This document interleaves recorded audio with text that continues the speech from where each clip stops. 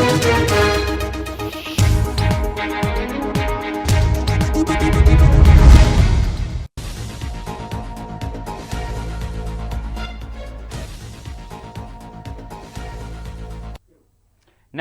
मैं हूं अनुपम कुमार और आप देख रहे हैं मिरर मीडिया का खास कार्यक्रम मिरर मॉर्निंग। आपको बता दें कि ये जो मिरर मॉर्निंग है उसमें तमाम बड़ी खबरें आपके लिए हम लेकर आए हैं, लेकिन उन खबरों के बारे में आपको बताएंगे। लेकिन उससे पहले एक नजर डालते हैं आज की सुर्खियों की ओर।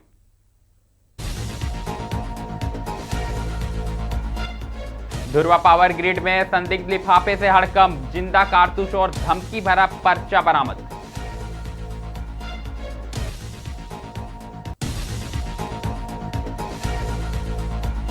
देवघर में 12 अप्रैल को उत्पाद सिपाही परीक्षा, निष्पक्ष संचालन को लेकर प्रशासन पूरी तरह अलर्ट।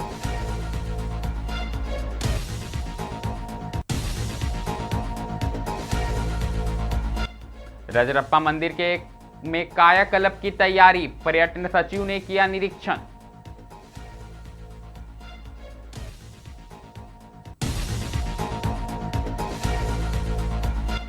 आईडीबीआई बैंक की सीएसआर पहल से देवघर को बड़ी सौगात, सदर अस्पताल को मिला एक्सरे मशीन।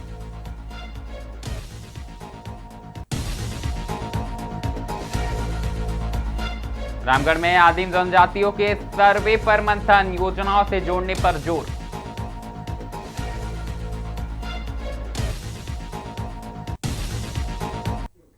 अब खबरें विस्तार से। सबसे पहले बात हम राजधानी रांची की करेंगे। आपको बता दें कि राजधानी रांची के दुरवा थाना क्षेत्र स्थित बिजली विभाग के सब स्टेशन में उस वक्त हड़कंप मच गया जब एक संदिग्ध लिफाफा मिलने से पूरे परिसर में अफरा तफरी बन गई। दरअसल यह लिफाफा दुरवा पावर ग्रिड के नाम पर फेंका गया था, जिस पर PLFIA, लाल सलाम और जरूरी सूचना जैसे शब्द लिखे हुए थे। बिजली विभाग के कर्मी अनिकेत सिंह की नजर जैसे ही इस लिफाफे पर पड़ी, उन्होंने उसे उठाने की कोशिश की। इसी दौरान लिफाफे के भीतर एक जिंदा कारतूस दिखाई दिया, जिससे देखते ही उन्होंने तत्काल अपने वरीय अधिकारियों को इसकी सूचना दी। मामले की गंभीरता को देखते हुए तुरंत पुलिस को भी सूचना दी गई।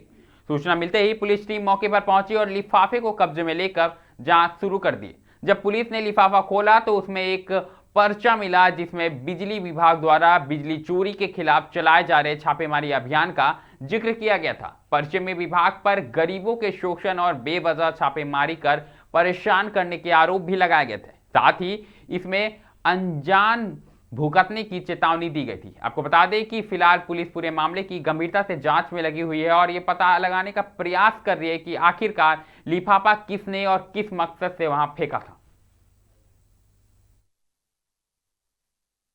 ड्यूटी आने के बाद हम लोग जैसे कि डेली साफ सफाई करते हैं, सफाई के क्रम में यहाँ पे कैंपस के अंदर में फेंका हुआ था लिफाफा, और वही लिफाफा को हम उठा के देखें तो जैसे उसके साथ में एक गोली बंधा हुआ था, तो हम तुरंत उसको फेंक दिए और अपने वरीय अधिकारी को सूचित किया।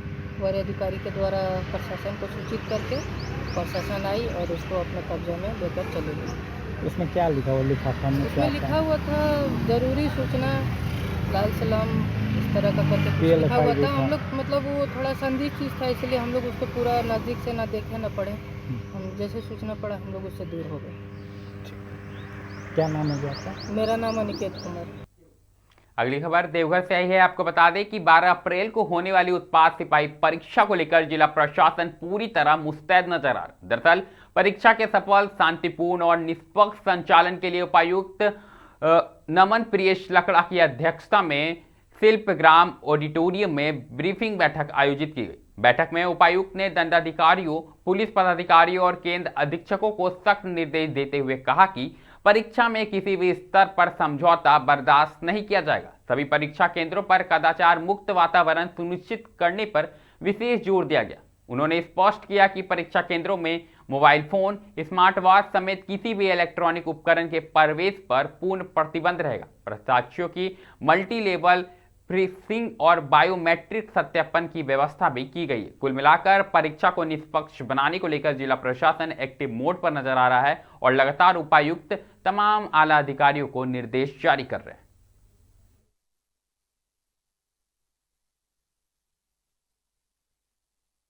ऑडिटोरियम में कार्यक्रम 12 अप्रैल को 12 अप्रैल 2026 को पूरे स्टेट में सभी ज़िलों में उत्पाद सिपाही की प्रतियोगिता परीक्षा की आयोजन की जानी है। ये आयोजन जो है ये देवघर ज़िले में हमारे देवघर सदर प्रखंड में और अन्य 4 प्रखंड में सोनारा, अठाड़ी, सारवा, देवीपुर इसमें हो रहा है। और इसमें आज हम लोगों ने शिल्पग्राम में एक जॉइंट ब्रीफिंग रखा था। आने वाले दिनों में जैसे आप लोगों को बता दूं कि 19 अप्रैल को जेपीएससी का एग्ज़ाम है, उसके बाद में जेट का एग्ज़ाम है अप्रैल एंड में, और फिर मई के फर्स्ट वीक में नीट का एग्ज़ाम है। तो आज हम लोगों ने अपने सभी 5-6 कैटेगरीज़ के मजिस्ट्रेट्स और ऑफिशियल्स और संबंधित पुलिस पदाधिकारियों का जॉइंट ब्रीफिंग शिल्पग्राम में रखा था। सेंटर सुपरिटेंडेंट जो हमारे 31 सेंटर्स में परीक्षा होनी है 12 अप्रैल को उत्पाद सिपाही का, इसके अलावा जो हमारे स्टैटिक मजिस्ट्रेट हैं, हमारे पेट्रोलिंग मजिस्ट्रेट हैं, हमारे इसमें ऑब्जर्वर्स भी बनाए गए हैं, और साथ ही हमारे फ्लाइंग स्क्वाड और जोनल मजिस्ट्रेट्स हैं। तो इनको हम लोगों ने इनके दायित्व के बारे में सभी को अच्छे से ब्रीफ कर दिया, और पूर्व में भी स्टेट के द्वारा काफ़ी मेटिकुलसली जो भी संबंधित नोडल पदाधिकारी जैसे एडिशनल कलेक्टर हैं और हमारे जिला शिक्षा पदाधिकारी हैं, उनको प्रॉपर ट्रेनिंग और ब्रीफिंग दी गई है। हम लोग ने जो जॉइंट आदेश ये निकाल दिया है, और उसके आधार पर जो भी रूल्स रिस्पॉन्सिबिलिटी जो उनको समझाया गया, ड्यूटी समझाया गया। तो 12 तारीख को हम लोग आप लोगों के माध्यम से 12 अप्रैल को जो परीक्षा हो रही है उसमें हम लोग ये अपील। देवघर के बाद बात करेंगे रामगढ़ की। आपको बता दें कि झारखंड के प्रसिद्ध मां छिन्नमस्तिका मंदिर रजरप्पा का गुरुवार को पर्यटन सचिव मुकेश कुमार ने निरीक्षण किया। इस दौरान उन्होंने प्रस्तावित पुनर्विकास परियोजना की समीक्षा करते हुए अधिकारियों को आवश्यक दिशा निर्देश जारी किए।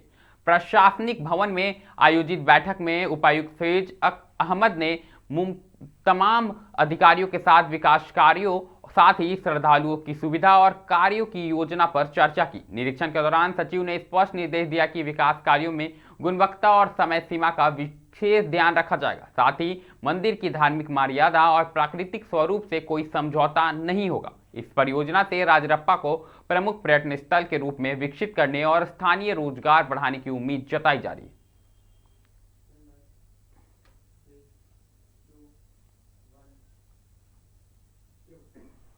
एक बार फिर देवघर का करेंगे। आपको बता दें कि IDBI बैंक की CSR पहल के तहत देवघर में शिक्षा और स्वास्थ्य क्षेत्र में महत्वपूर्ण कार्य किए जा रहे हैं। दरअसल बैंक के कार्यकारी निर्देशक त्रिलोक शर्मा ने बताया कि बैंक की CSR नीति मुख्य रूप से समाज के उन दोनों अहम क्षेत्रों में केंद्रित है। दरअसल इस पहल के अंतर्गत देवघर सदर अस्पताल को एक आधुनिक एक्सरे मशीन प्रदान की गई, जिसमें मरीजों को बेहतर जांच सुविधा मिलेगी। इससे पहले भी बैंक द्वारा अस्पताल के पैथोलॉजी लैब को सहयोग दिया गया था, जिससे स्वास्थ्य सेवाओं को मजबूती मिली। आपको बता दें कि शिक्षा के क्षेत्र में बैंक आदिवासी और ग्रामीण इलाकों के स्कूलों में बुनियादी सुविधाएं उपलब्ध कराने पर काम कर रहा है। इससे स्वच्छ पेयजल, बेंच डेस्क और अन्य जरूरी शैक्षणिक संसाधन शामिल है, जिससे छात्रों को बेहतर वातावरण मिल सके। त्रिलोक शर्मा ने देवघर को बाबा धाम की पावन नगरी बताते हुए कहा कि बैंक का इस क्षेत्र से विशेष लगाव है और आने वाले समय में भी इस तरह की सामाजिक पहलों को जारी रखा जाएगा। कार्यक्रम में सिविल सर्जन रमेश कुमार, उपायुक्त नमन प्रियेश लकड़ा तथा अन्य पदाधिकारी मौजूद रहे।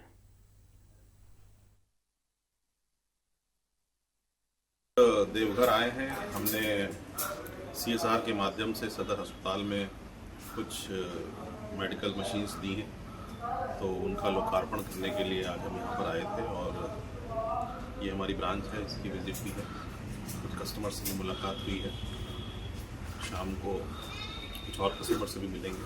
तो देवघर की जनता की सर्विस के लिए, लोगों को अच्छी बैंकिंग सुविधा प्रदान करने के लिए हम हमेशा तत्पर हैं। IDBI बैंक उत्तम से उत्तम प्रोडक्ट बैंक को, कस्टमर्स को अपने ऑफर करना, कुछ योगदान देना चाहते थे।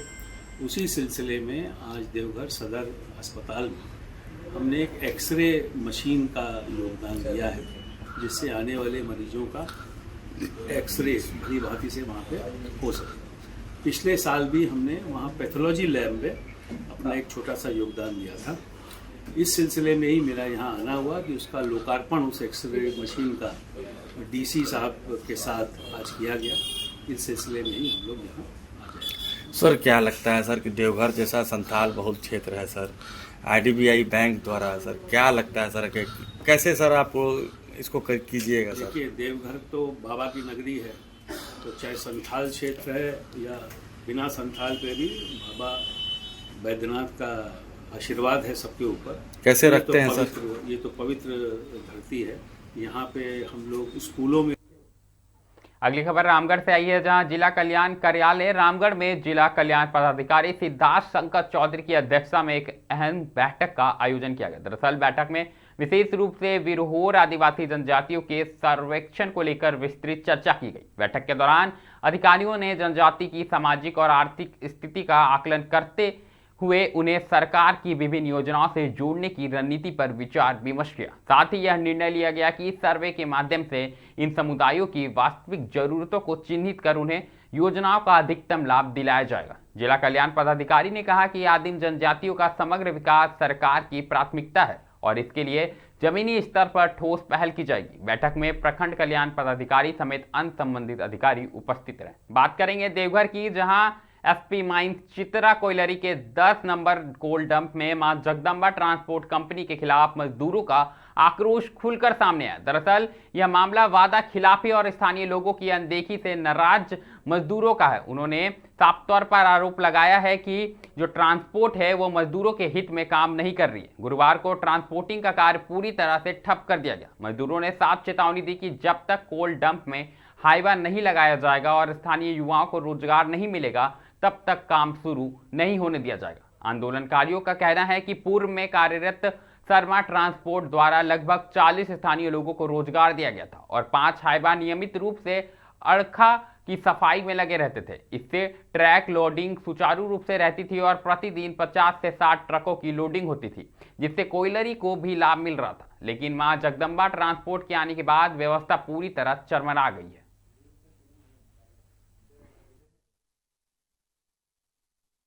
थी जिसके 5 हाईवा चलाने से जितने भी अड़खा हैं, यहाँ सभी को जितने भी हैं सभी अड़खा लीडर लोग हैं, तो इन सभी विस्थापित हैं। इन सभी अड़खा करके ट्रक लोड करवा के अपना रोजी रोजगार करते हैं, भरण पोषण करते हैं।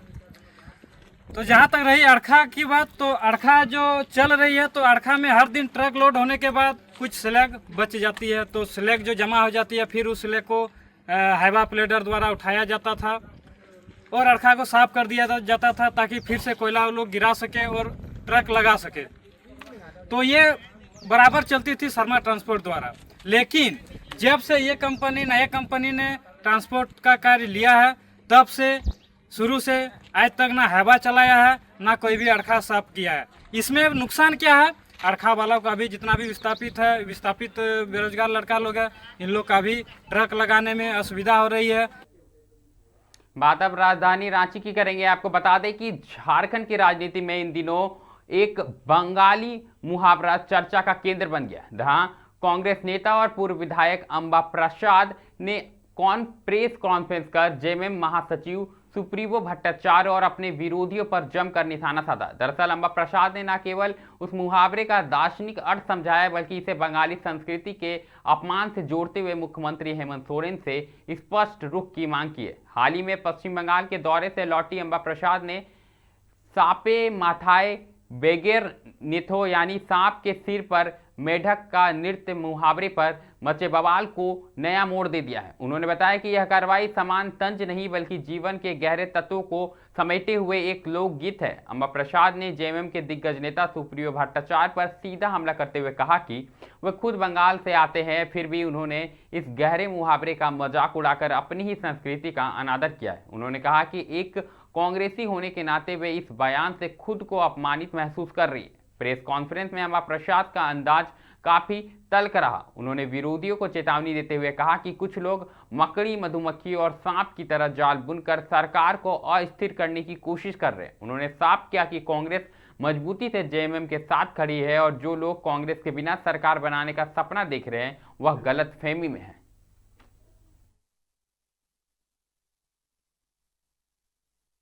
बोले कि बहुत गहरा और गंभीर मतलब है इसका मजाक कोई बंगाली उड़ाए ये हम उम्मीद नहीं करते।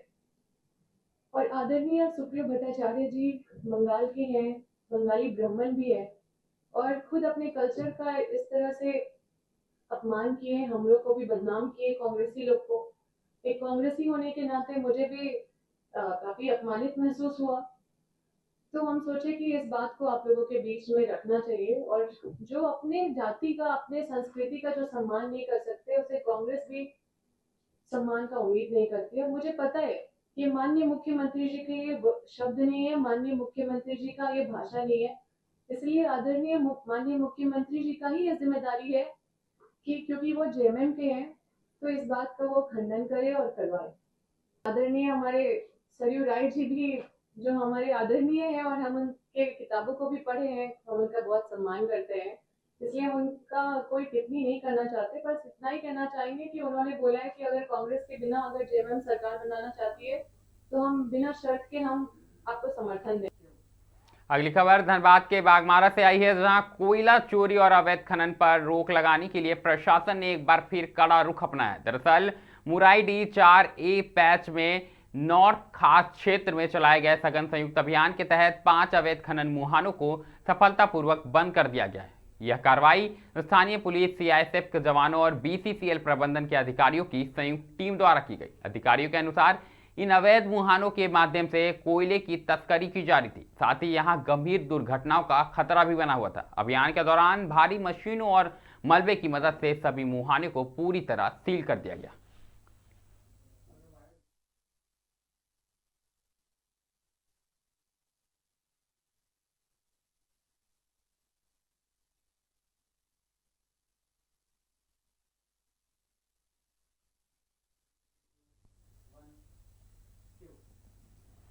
मिरर मॉर्निंग में अभी के लिए फिलहाल इतना ही। ऐसी तमाम बड़ी खबरों से लगातार हम आपको अवगत कराते रहेंगे। कहीं मत जाइएगा, बने रहें मिरर मीडिया के साथ।